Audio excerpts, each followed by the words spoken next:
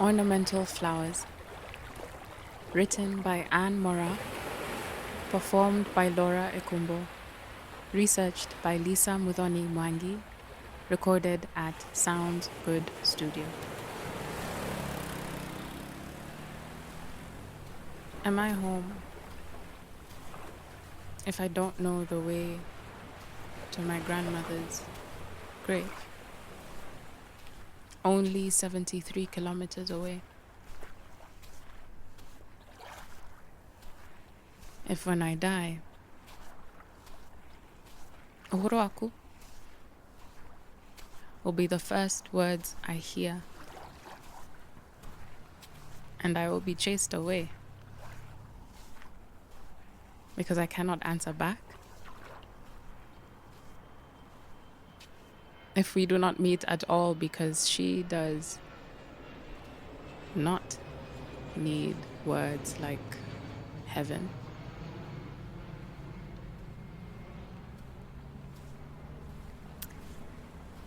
The M in distant relatives.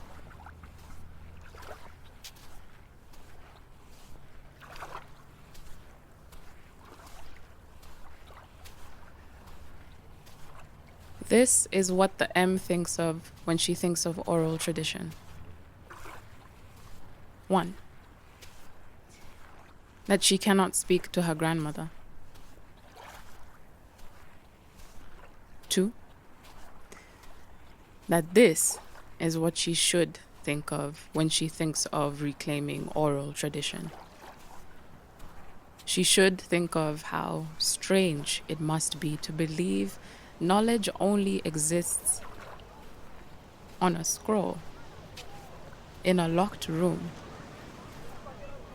And to be clear, we had knowledge. A knowledge that was rendered at best invisible and at worst foolish by those civilizations upriver. They say they are Western, but surely to the west of what?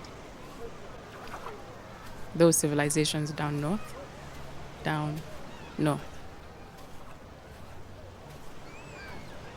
As Sheikh Anta Diop pointed out, the harsh environmental conditions of that brisk, unforgiving continent down north led to cultures of war, nomadism, and theft, which led to valuing conquest, materialism, and individualism. But those were their values, so they were good values, right?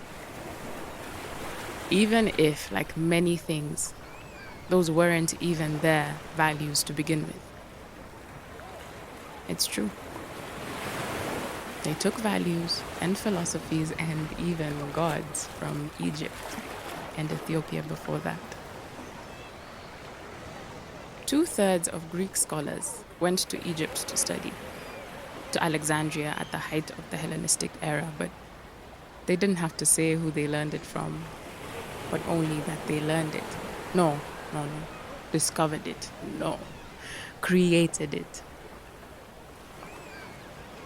And maybe it was an act of creation to strip down Egyptian gods, crush them into Greek molds, twist benevolence into conquest. So the M should think of how brutal it must be to believe knowledge only exists on a scroll in a locked room. The colonial government directed all resources to, quote, bringing every European child under education while he was still young, end quote. From the Kenya Education Report, 1927. Every school tiered down from elite schools, Watu Alliance Mkowengi from 1926, to mission schools, to government schools, to reserve schools, right the way down to Kikuyu independent schools, shared a mission to civilize.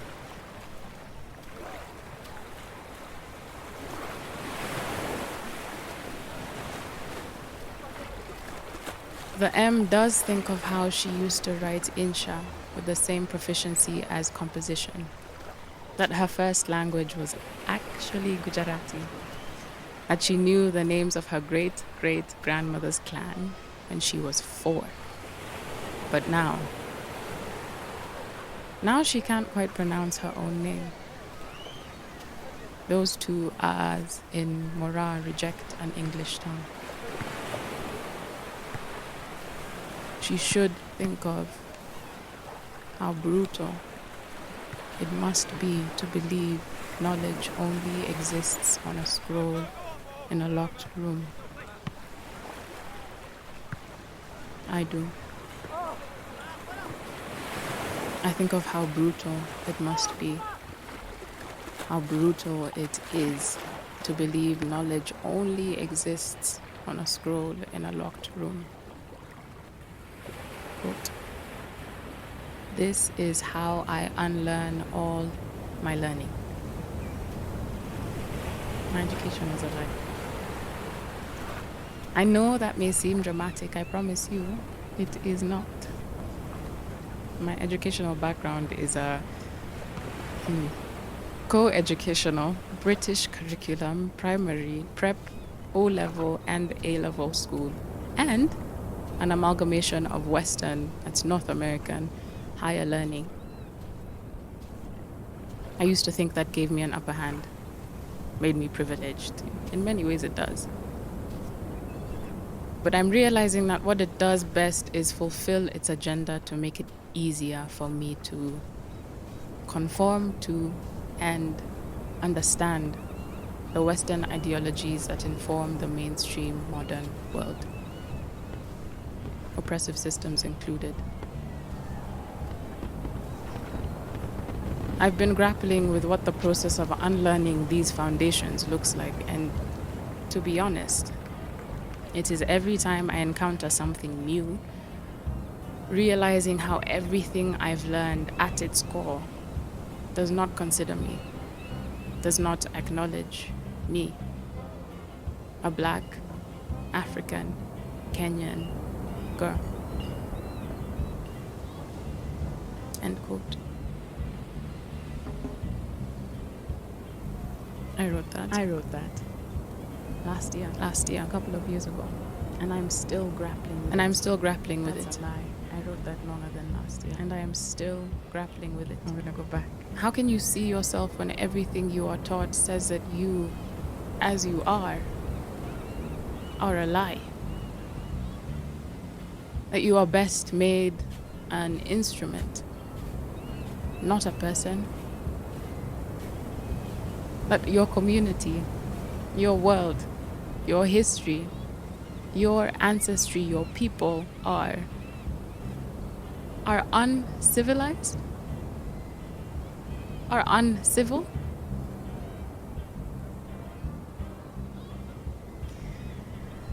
I am so glad that now we celebrate unlearning. I am so glad that now we celebrate unlearning because, wow, there is so much to learn. How we did brain surgery and which tree bark reduces cancer. How the beads woven into a baby's anklet help it learn to walk, and how you build a home that keeps perfect airflow, both in the hot and cold seasons. How easy it is to see you, to see us, because, wow, are we not glorious? We see you, Sitawa the Third Namwali, who chose the name that always belonged to her, who will make any room a stage, who, instead of just thinking of oral tradition, has taught everyone she has ever met which great uncle was poisoned by a snake generations ago. A memory not lost simply because she was told. We see you, Historia. We see you, Women's History Museum, Zambia. We see you, Museum of British Colonialism. We see you, too early for birds. We even kind of see ourselves. The LAM Sisterhood, founded by the L, that's me, the A, higher layer, and the M. We were really just doing what we thought was dope, and we hope it stuck. And in retelling stories of all these incredible women, we discovered ourselves. Each of us share a wonder that each of our names carry memory, our genes, trauma, our guts, resilience, and our minds, an itch that can only be scratched by telling stories over and over and over until they sound familiar. Until they sound like a lullaby that none of us can remember. But I digress. Only because, well, when the M thinks of reclaiming oral tradition, she should think of how terrible it was to believe that knowledge only exists on a scroll in a locked room or in a book or on a screen, but not in your body, not in a lullaby sang by your grandmother. But when the M was asked to write this script, asked to write about reclaiming oral tradition, what the M really thought was 3. That this story was easiest voiced by me. She cannot speak it out loud herself. 4. Here's a delightful fact. The most surprising thing about potato flowers is just how beautiful they are. Paper thin, wafer leaves, delicate and small, sometimes white, sometimes purple, sometimes both.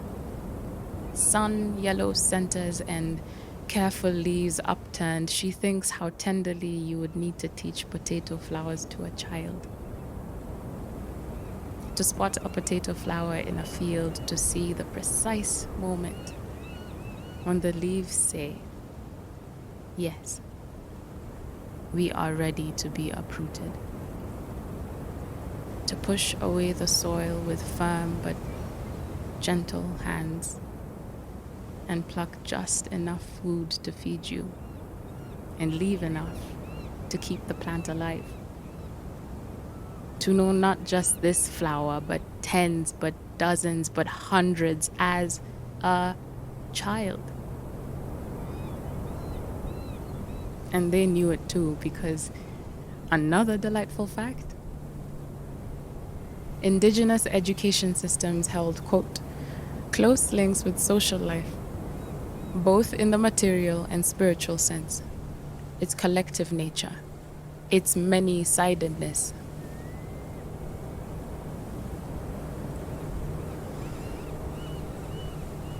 And they knew it too, because another delightful fact, indigenous education systems held, quote, close links with social life, both in the material and spiritual sense, its collective nature, its many-sidedness, its progressive development in conformity with the successive stages of physical, emotional, and mental development of the child, as Walter Rodney puts it. Simply said, it isn't just about the potato. It's about the flower.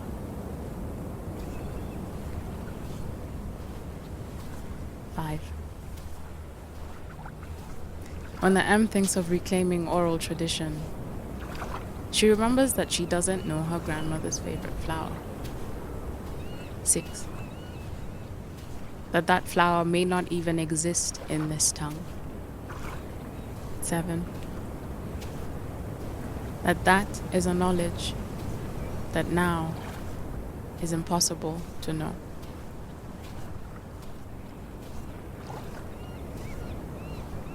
The A wrote about her grandfather. After your soul left your body, we sat together peeling back the memories, going back in time. We took turns, urgently reciting them, all of them we could summon. Terrified that they may remain forever forgotten. When the M thinks of oral tradition, she does not know what she thinks. But she knows what she feels. And what she feels is 8. Hunger.